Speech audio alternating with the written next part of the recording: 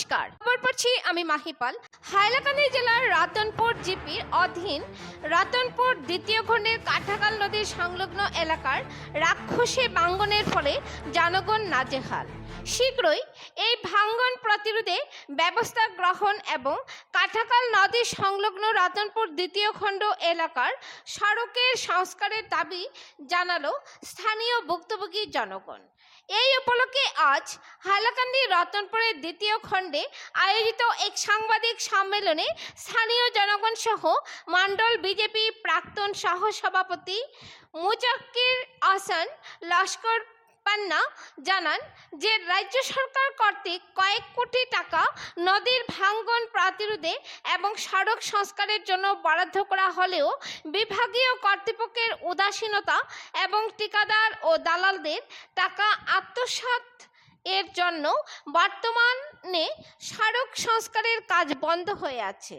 তারা এই বিষয়ে তীব্র ক্ষোভ ব্যক্ত করেন এবং অতি সত্বর কাঠাখাল নদীর ভাঙ্গন প্রতিরোধে তদন্তপূর্বক ব্যবস্থা গ্রহণ করা সহ নদী সংলগ্ন সড়কের সংস্কারের বন্ধ হওয়া কাজকে পুনরায় শুরু করার জন্য মিডিয়ার মাধ্যমে রাজ্য সরকার এবং হাইলাকান্দি জেলা প্রশাসনের কাছে জোরালো দাবি জানান। হাইলাকান্দি থেকে সিপ্রিয়ান দাসের রিপোর্ট। ধন্যবাদ। দ্বিতীয় খণ্ডের এখানে স্থানীয় একজন নাগরিক আছেন। দাদা, আপনার নাম? আমার নাম আবুল হাসান লস্কর। এই যে এই রতনপুর দ্বিতীয় খণ্ডের এই দিকে সব দেখি আইলাম, রাস্তাগুলা ভাঙ্গা, নদীর পাড় ভাঙ্গা, আর এইটা বিষয়ে আপনি কিতা হইতে চাইবা? জি, আমি আপনার ওইদিকে অ্যাকচুয়ালি আমরা লালমাটি ফেলাই দিছিলাম, বুঝছেন? তার হলে লালমাটি ফেলালে খানো লালমাটিটা কি হয়, আমরা ফুবর ফাড়ো যে লালমাটি আছে এটা মেঘ দেওয়ার বাদে উতরাই যায় গিয়া, উতরানোর পরে এটা একবারে গলিয়া মেঘর লগে বৃষ্টির লগে সব মানে সাইটে দিয়ে যায় গিয়া আর তার কারণে ছিড়িয়া যায় গিয়া।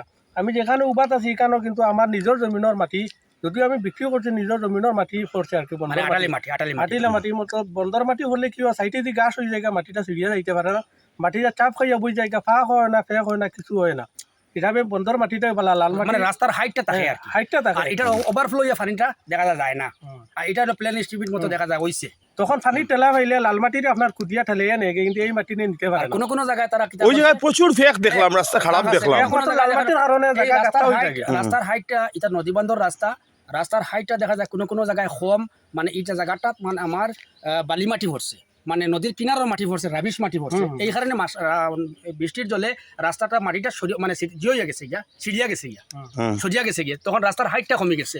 আর হাইটটা কমার পরে যখন নদীর জলটা যখন বাড়ার পরে মানে এই জায়গাটা উঁচা আছে, আমার দাদা কইছেন একটু আগে, জায়গাটা হইল কি ধান বন্দর মাটি আনি ফেলাইছেন, মানে আটালি মাটি ফেলাইছেন। এখন পর্যন্ত রাস্তার আপনি হাইট দেখুন, অনেক হাইট আছে এই জায়গায়। হাইটে দ্বিতীয় খণ্ডের নদী ভাঙ্গনের যে সমস্যা, রাস্তাঘাটের সমস্যা, এই যে এখানে নদী ভাঙছে, এটার উপরে আপনি সংবাদ মাধ্যমকে কি বলতে চান?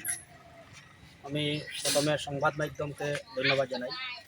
কিছুদিন আগে সংবাদ মাধ্যমের মানুষ এখানে এসেছিলেন, মানে সরকারকে মানে একটা গ্রাউন্ড দেখানোর জন্য, মানে দেখার লাগে আর মানে জায়গাটা মানে দেখানোর লাগে সরকার থেকে তারা ফাটানি হয়েছে, তারা আমরা কইছি।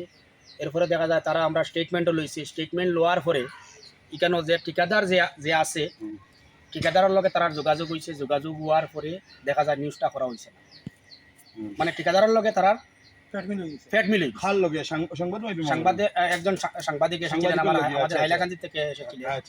এরপরে উনি ঠিকাদারের সঙ্গে যোগাযোগ করেছেন। আমি যদি নিউজ মানে আমি নিউজটা যদি হরিলাই তাহলে দেখা যায় আপনার বিল বন্ধ হয়ে যাব, এরকম তারা মাত হয়েছে। এরপরে তাই নিউজটা করছেন না, মানে চুক্তি হয়েছে। আমরা মাত হইল কি, আমরা আপনি সিপ্রিয়ান দাস সাংবাদিক, আমরা জানি যে আপনি দেখা যায় এইরকম কর্তা না হিসাবে আপনার সামনে আবার আমি নিরপেক্ষ হিসাবে আপনার কাছে আমরা তুলিয়া ধরব। ব্যাপার হয়েছে কি, এই কাজটা হইল গিয়া বর্তমান আমরা AIUDF দলের MLO হাইলাকান্দির জাকির হোসেন খান ভাইয়ের কাজ, ছোট ভাই নাম কলিমুদ্দিন লস্কর, কন্ট্রাক্টরের কাজ। এখানে দীর্ঘ দেখা যায় যে 3 বছর থাকি দেখা যায় কাজ চলে, কিন্তু কাজ এখনো পর্যন্ত দেখা যায় কমপ্লিট হয়েছে না, ইনকমপ্লিট। আজকে দেখুন এই ডাইটটা হইল গিয়া রতনপুর ঘাট টু মোহনপুর ঘাট ডাইট।